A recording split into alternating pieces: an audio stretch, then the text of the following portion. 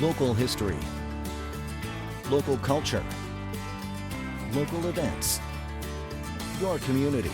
This is the Joe Kelly Show. Hi there, everybody. Welcome to the show. Art Simmons is our guest. Art is the executive director at the Rome Historical Society. We're going to be talking about Rome history in general. We're also going to be talking about Fort Bull. Fort Bull is maybe one of the forts you don't know too much about. Well, Art knows a lot about it. We'll be talking to him about it. But before we do any of that, we're going to say welcome. Good to see you again. Yeah, good to see you. Thank you. Yeah. We talk a lot about Old Fort Schuyler in Utica. We talk a lot about Fort Stanwix in Rome. One of the forts that gets overlooked, I think, is Fort Bull in Rome. And before we get into the Fort Bull, these forts, I mean, there was a reason all these forts were here, Art. Yeah, absolutely, absolutely.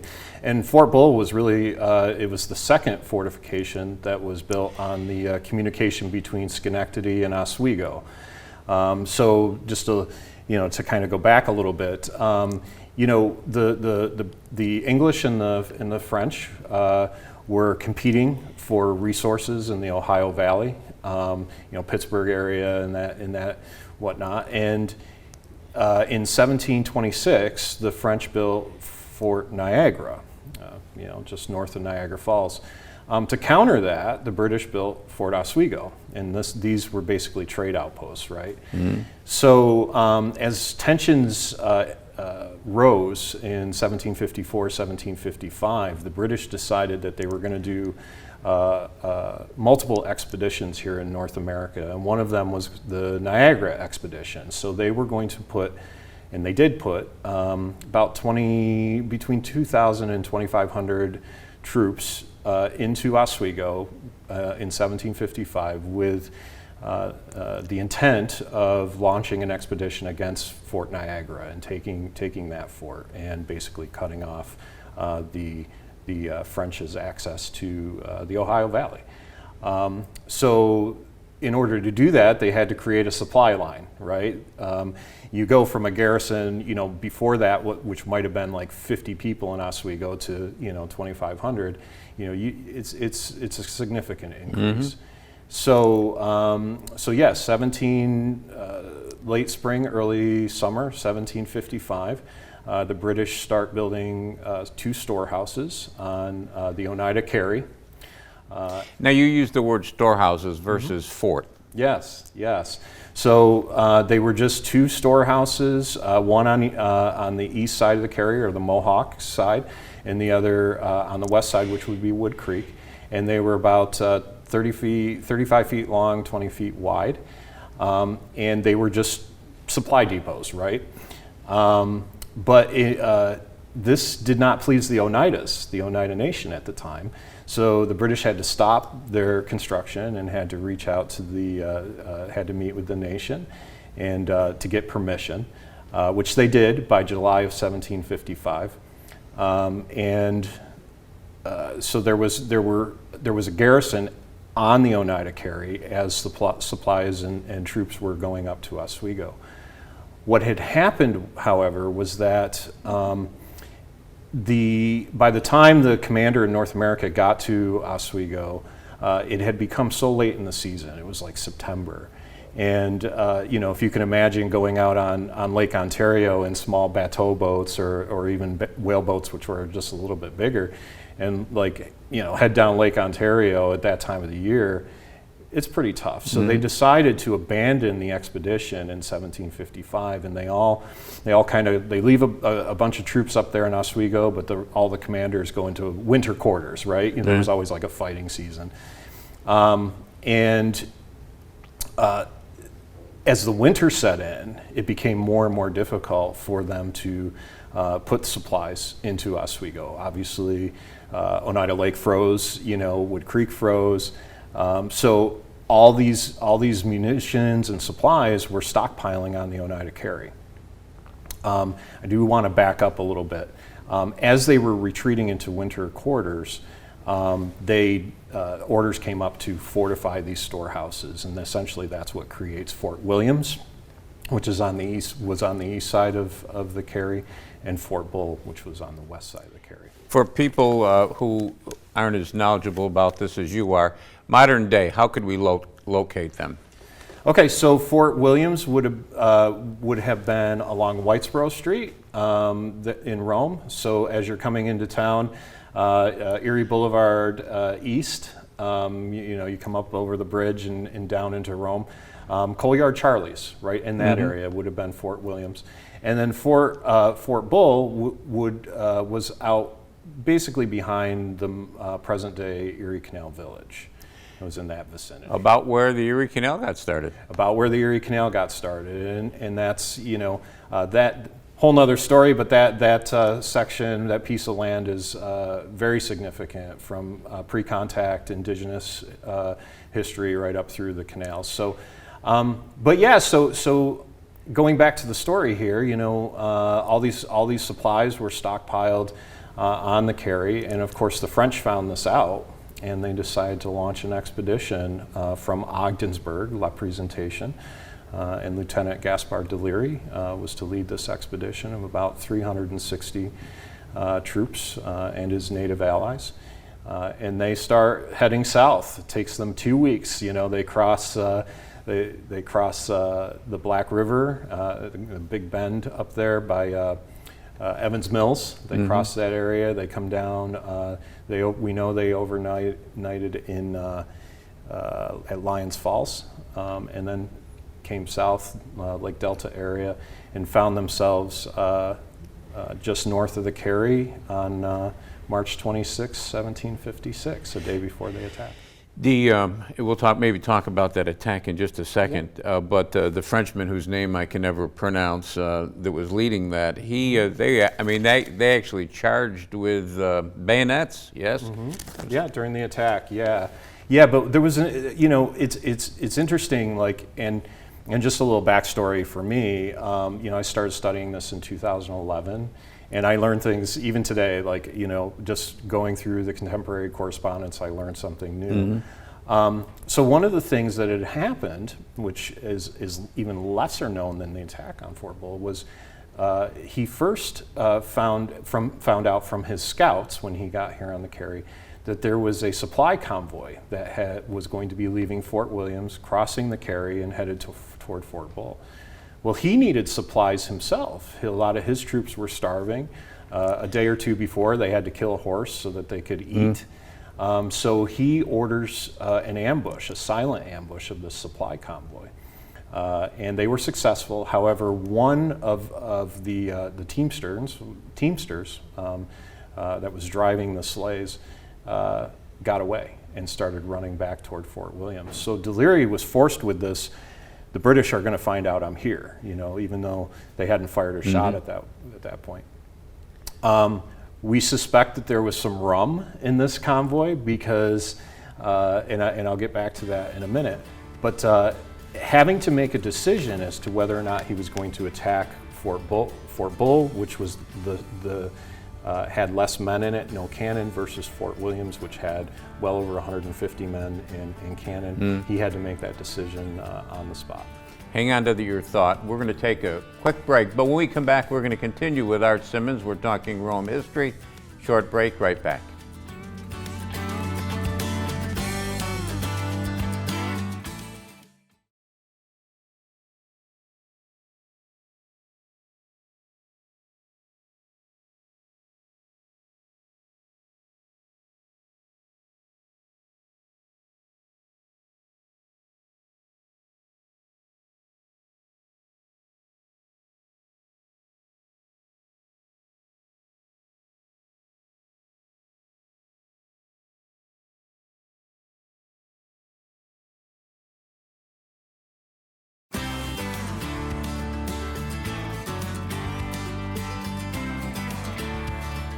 And welcome back, everybody. Thanks for sticking with us. Art Simmons is our guest. Art is the executive director of the Rome Historical Society. Before we get back to the forts and before we get back to the mid-1700s, Rome Historical Society open back? Yeah. So we're Tuesday, Wednesday, Thursday, 9 a.m. to 3 p.m.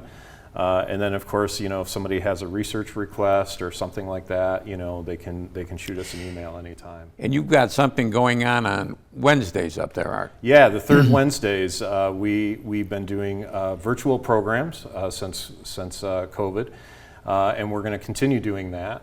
So, you know, you could check out our website. They have all that stuff listed.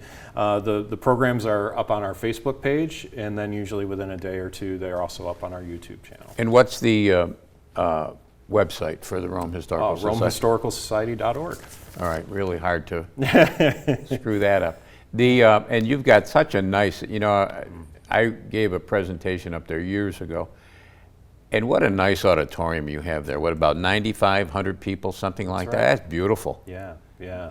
And we're, you know, we're looking at ways to utilize that space, you know, in a COVID world, so that, you know, we can continue with the virtual programming, and if we need to do hybrid stuff, you know, so we're looking to wire it up and you know. And ongoing exhibits. You've got some permanent exhibits up there, yes? Mm-hmm. Yeah. So whether, you know, it's the colonial era or waterway transportation, the canal era, Griffiths, that's a huge part, you know, takes up a huge portion of our museum. And we're going to be doing some new stuff in 2022. Well, when you start that new stuff, come back, we'll talk about that. Absolutely. Good. You know, just as an offshoot here, Art, I was thinking about this today, knowing you were going to be on. Rome played such an important role in Revolutionary War times and before that. Mm-hmm. And then it came back again militarily with Griffiths. I mean, Griffiths during the Cold War was such an important part of everything. Right. And even today in the War on Terror, and even the technology and stuff that comes out of there, it's a game changer for our military. It's, you know, one of the things, whether you're talking about Fort Bull, the American Revolution, the War of 1812, even when you're talking about the canals, Rome is strategic, right? And that's, you know, that's why we have such a rich history. And, you know, in studying in depth the stuff with Fort Bull, a few years ago I did an Air Force staff ride, professional development staff ride, and they were looking at the ways that you know, the things that had happened in the 18th century connect to things that are happening today, 21st century. And I know that some of those things were applied in recently. Give an example. Some commanders. Well, I know that you know, there's a we were talking about the communication, right? So it's the supply route between Schenectady and Oswego, right? So look at it from like a network perspective, right? So if you have a network, you have the ability, if you were to in the digital domain or cyber, you know, if you take out a modem, you disrupt that network, right? So it's no different than raiding somebody's supply depot. Yeah.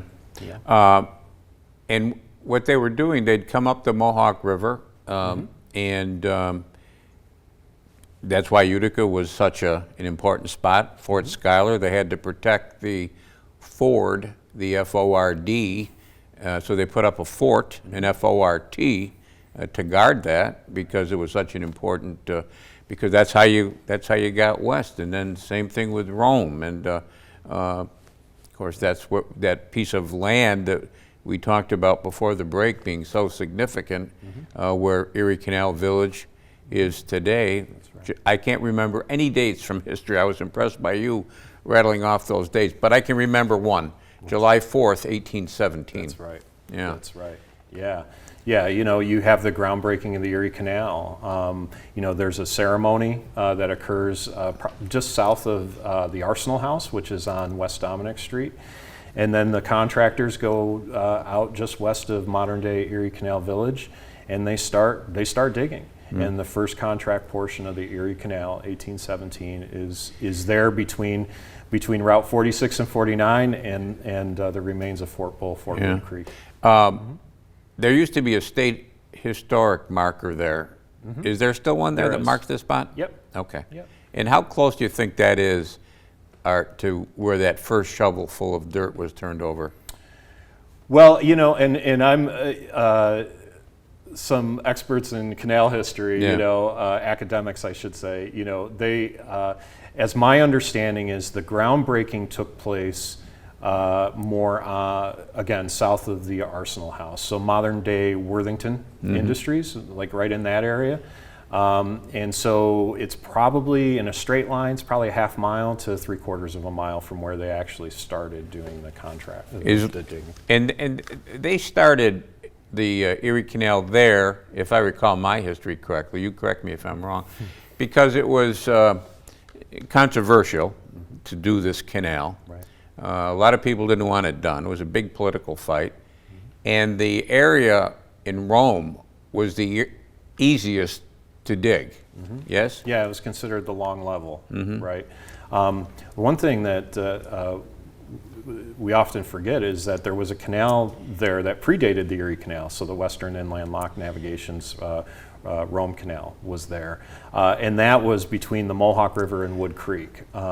So if you look at where the groundbreaking ceremony occurred, it would have been roughly where the Western Inland Lock Canal met Wood Creek, again, south of the Arsenal House. We've only got about 30 seconds before our break, but what's going on with Erie Canal Village these days? So the Erie Canal Village is currently owned by a church, Crossroads Redemption Church, and they have been working to restore the property over the last few years. I think COVID obviously, you know, hampered some of those efforts, but my understanding is that they hope to invest money and start its resurrection.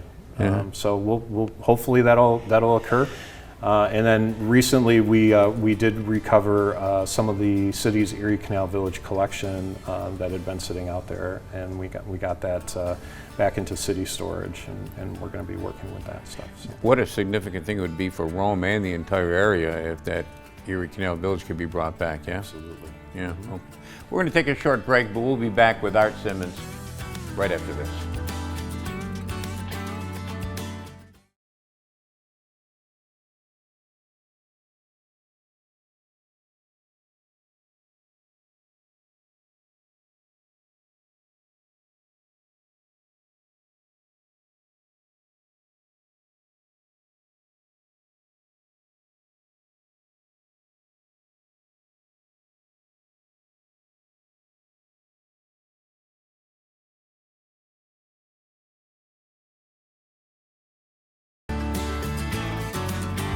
And welcome back, everybody. Thanks for sticking with us. Art Simmons, our guest, Executive Director, Rome Historical Society.